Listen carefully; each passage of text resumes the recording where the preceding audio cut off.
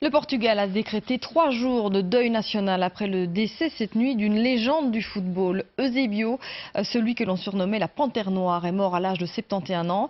Il s'est illustré sous les couleurs du Benfica Lisbonne. Il fut également le meilleur buteur lors de la Coupe du Monde de 1966. Évocation avec Benjamin de Broqueville. Eusébio da Silva Ferreira, mieux connu sous le nom d'Eusébio, est l'un des meilleurs joueurs portugais de tous les temps. En 66, il termine 3e de la Coupe du Monde avec le Portugal. Cette année-là, en Angleterre, la Panthère Noire marque 9 goals. Il est le meilleur buteur de la compétition. Ce que je peux vous dire, c'est que dans ma génération, la génération des années 60, le football a été vraiment joué. Et il a été joué partout dans le monde. Eusébio, c'est un palmarès hors norme. Avec Benfica, il remporte 11 championnats, 5 Coupes du Portugal et une Coupe des Champions en 62 face au Real Madrid de Stefano.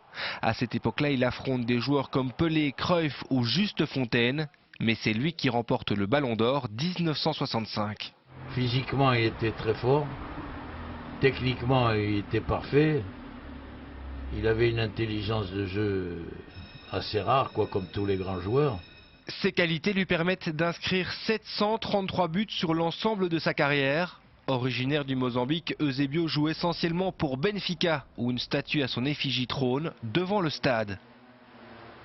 Je ne l'ai jamais vu jouer en vrai, mais sur les vidéos, on voit que c'était un grand joueur. Une icône nationale même, et c'est pour ça que je suis là. La FIFA l'avait élu 6e meilleur joueur du XXe siècle. Eusébio est mort ce matin à l'âge de 71 ans. Au Portugal, les drapeaux sont en berne. Le président a décrété 3 jours de deuil national. Conformément à sa volonté, demain matin, son cercueil fera le tour du stade de la Luz. Les fans pourront lui rendre un dernier hommage. Il sera ensuite inhumé dans la banlieue de Lisbonne.